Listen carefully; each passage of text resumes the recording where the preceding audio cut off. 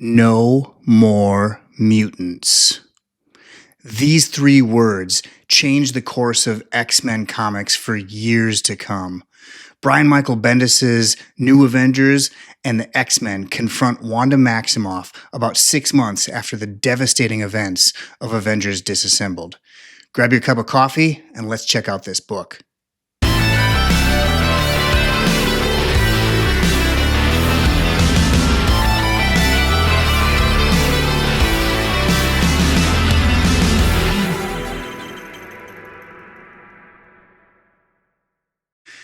All right, so here is House of M. I own this in the oversized hardcover for a few reasons. I think that generally, for events at least, the oversized hardcover is a better way to collect it. The omnibus has a bunch of tie-ins that, especially for this story, I don't think are necessarily necessary. But that's not always the case. Sometimes I do get the omnibus version, but this one's just got the main story by Brian Michael Bendis and Olivier Coipel. Let's take a look. So this is Brian Michael Bendis's kind of first big event.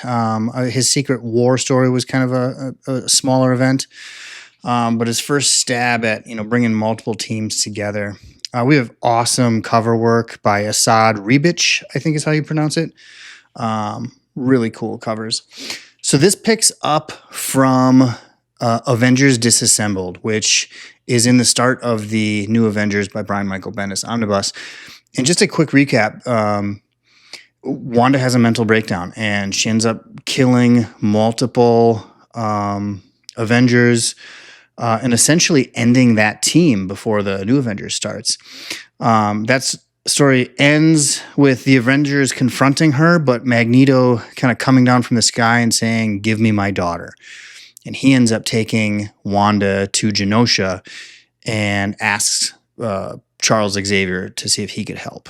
So 6 months have passed since that moment, and we start House of M. Another really cool cover. I'm a Joe Quesada sucker. Let me see if I can get that ring light out of there. This cover is just absolutely brilliant. But we start off with her working with Charles Xavier, Doctor Strange, and remembering these kids that she thinks she's had. And Professor Xavier has to break it to her that, Wanda, you don't have any kids. It's never been possible for you to have kids. So we get a little background. This was intended to be, and a lot of people will tell you that this is a crossover with New Avengers and Joss Whedon's Astonishing X-Men. And that's true in the sense that the X-Men are here, but you do not need to read Joss Whedon's X-Men to understand anything that's happening in here. And in fact, if you do read it, he does not mention this at all. So, but the team is there, so that's nice. So we're on the island of Genosha, and Magneto and Professor Xavier are kind of talking through, Professor Xavier cannot help Wanda. He's kind of reached his limits. So he brings the X-Men and the Avengers together to have a discussion that no one wants to have, and it's, what do we do about Wanda? She's losing control of her ability to warp reality, essentially, and he thinks she might be becoming an existential threat to reality. So the X-Men are brought because obviously Wanda's a mutant and she's got ties that way, and the Avengers are included because she's been more of an Avenger than an X-Men ever, really. And they have the debate, what are we going to do with her? And her brother Quicksilver knows that they're having this debate, thinks that they're talking about killing her. What else would they do? And Magneto says, "What would you have me do?" And Quicksilver breaks down crying. Captain America says there's always a way to save her. They had a little bit of a kind of a budding romance in the Jeff Johns Avengers era that never really landed anywhere. But they're talking about what do they do? What could happen if they don't do something about Wanda? So they show up at Genosha to confront her, and who knows what decision they came to, but she's gone. She's absolutely not there, and Spider-Man's kind of looking around, and all of a sudden this white light hits, and boom, everything changes.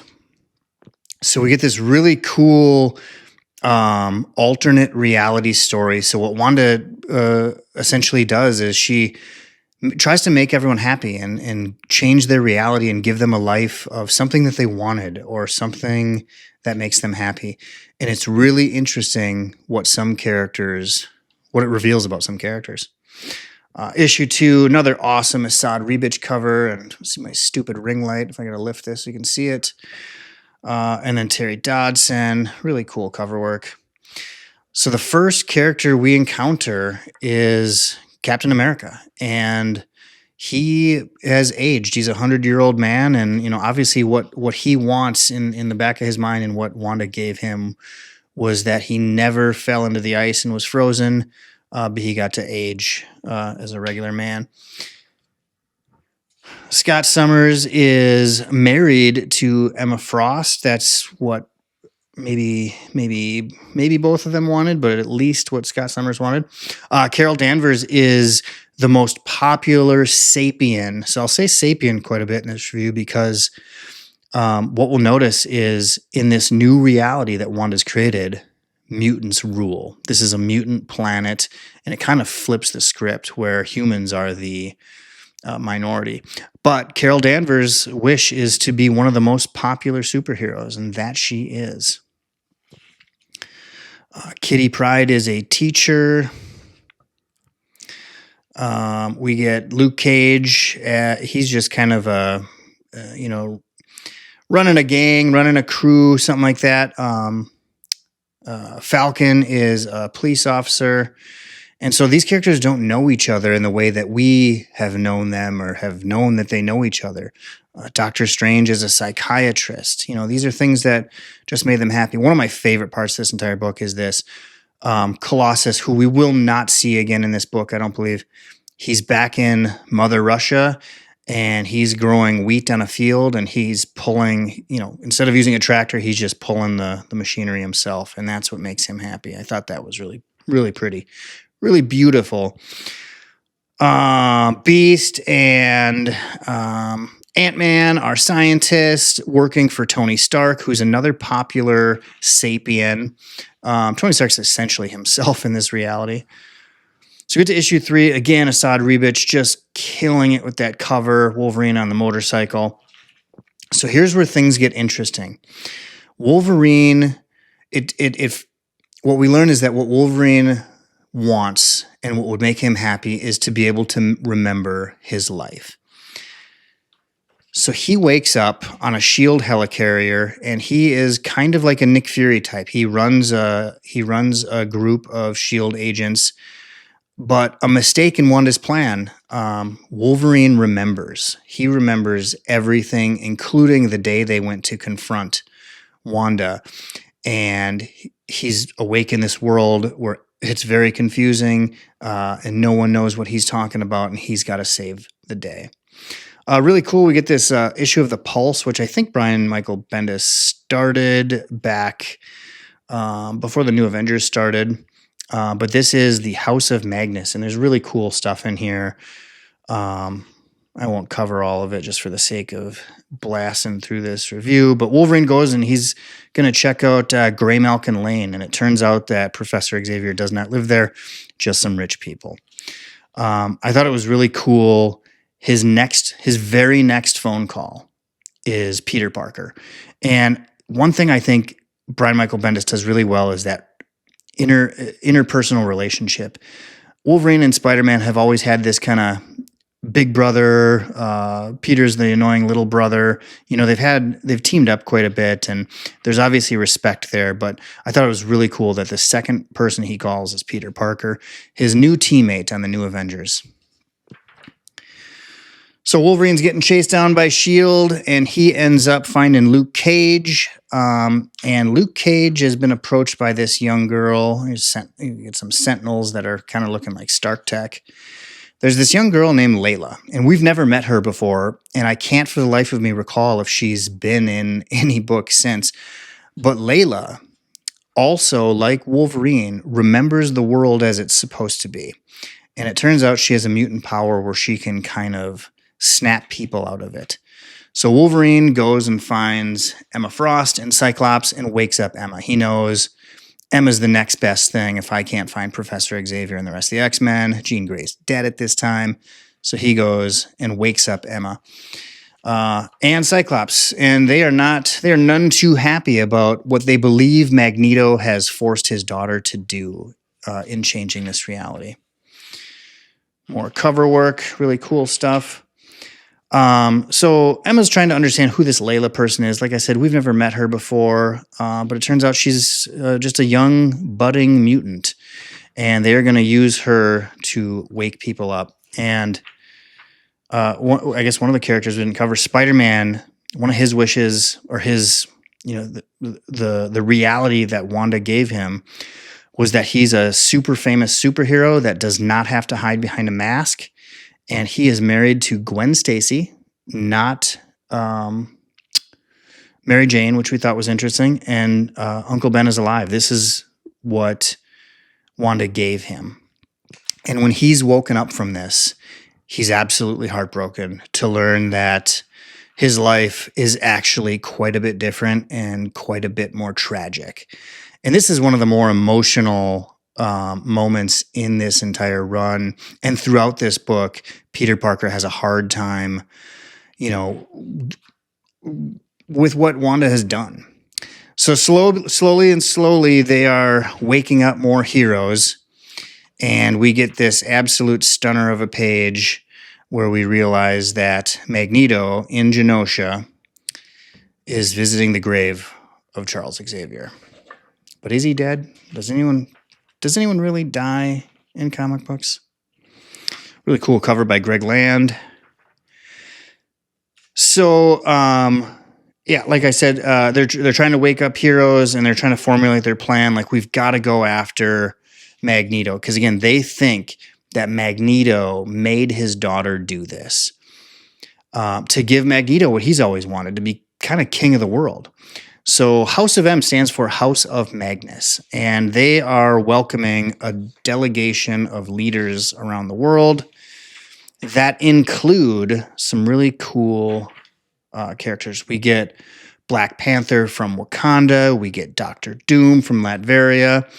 Aurora Storm is the Queen of Kenya. That's the reality that she was given. We get King Namor. And this is just in this House of M world, this House of M reality, a meeting of the most powerful leaders of the world. And for some reason, that's when this ragtag team decides to attack.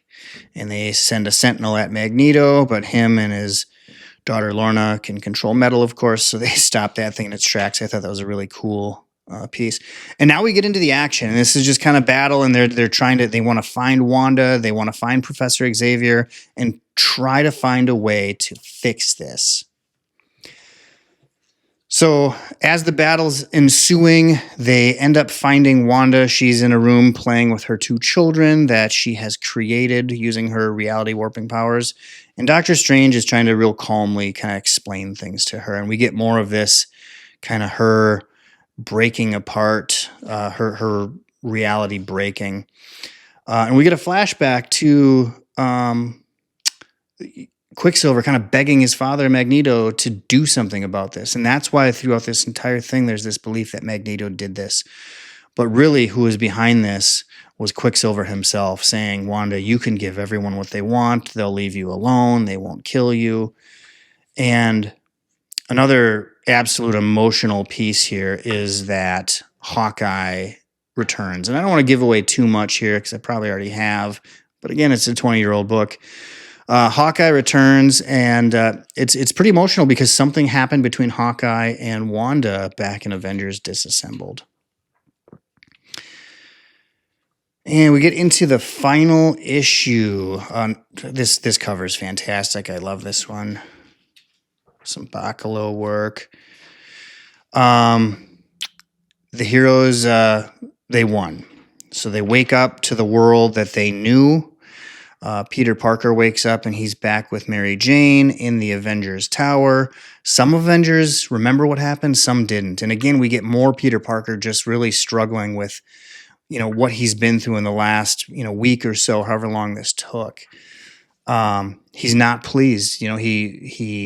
He's always lived kind of a life of tragedy, and he finally got something that he's always wanted, and that was stripped away from him, and he had to relive the death of Gwen Stacy, relive the death of Uncle Ben. Just really emotional stuff. He's none too pleased here.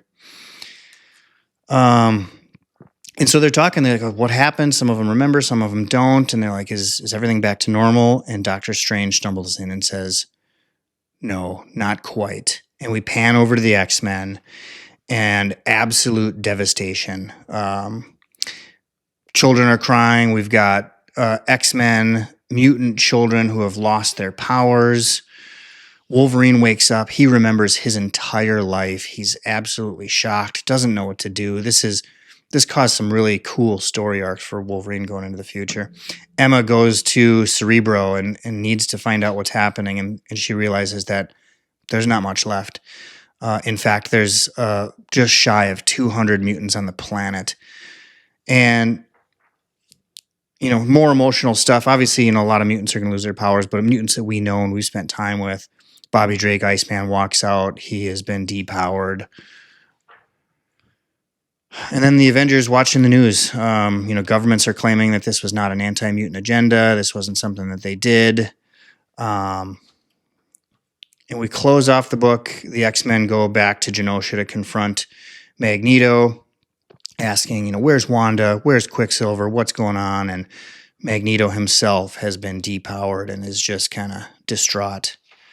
The book ends with this really cool kind of idea of okay, all this power is gone now. All these mutants who controlled energy fields, all these mutants who created energy, that's just gone. But where did it go? And I think it's referenced Sir Isaac Newton's law of physics. For every action, there's an equal but opposite reaction. That ends House of M. There's a bunch of extras in this book. I bet that a lot of these extras are in the omnibus if you have that. But again, I think this story works better on its own. I absolutely love this book. It's a heartbreaker. House of M, fantastic. So I absolutely love House of M. It's probably one of, if not my favorite crossover / events. One thing that fans like myself included often complain about is that these events are billed as this big universe-shattering, life-changing event, and then nothing really happens. The bad guys just win in the end. But that's not true of House of M. The build-up to this, starting from Avengers Disassembled into New Avengers and then House of M, really build up this massive change that the X-Men are about to go through. And when Wanda Maximoff whispers those words, "No more mutants," millions of mutants, probably hundreds of millions of mutants, lose their powers instantly and are no longer mutants. They no longer carry that gene. And it's devastating, when they pan, when the X-Men show back up at the mansion and kids are just screaming and their life has changed, forever. There's a lot of heartfelt moments in this book. It's not super action filled, surprisingly, on this reread. It's 8 issues long, so it's about 6 issues of just talking, largely just talking, and then a couple issues with some action in it. But, Peter Parker is put through the ringer emotionally, and he's a guy that does not need that. Wolverine, this changed Wolverine stories for years, right? I think the trope of Wolverine doesn't know his past and, his mind's been messed with, had kind of been played out. There wasn't a lot more that writers could do with him. And writers really struggled with that. I mean, he's one of the most overused characters in the Marvel universe. And this allowed for them to do something different. Brian K. Vaughan came in and did a story about Wolverine remembering, everything in his past. And then Daniel Way took over and did Wolverine Origins, I forget. but the X-Men, 198 of them left on the planet. This was huge, an emotional run for everyone involved. I absolutely love this story. It still holds up today, 21, 22 years later. You should absolutely read this. Again, I own this in the oversized hardcover. I think the omnibus is unnecessary, although that's probably the best way or easiest way for you all to get this story if you don't already own it. Go read House of M. It's fantastic. And it's not like these events that have no impact when they're over. It had impact for years to come. Let me know down in the comments what you thought about House of M. And we will see you on the next video. Thanks, Omnibuds.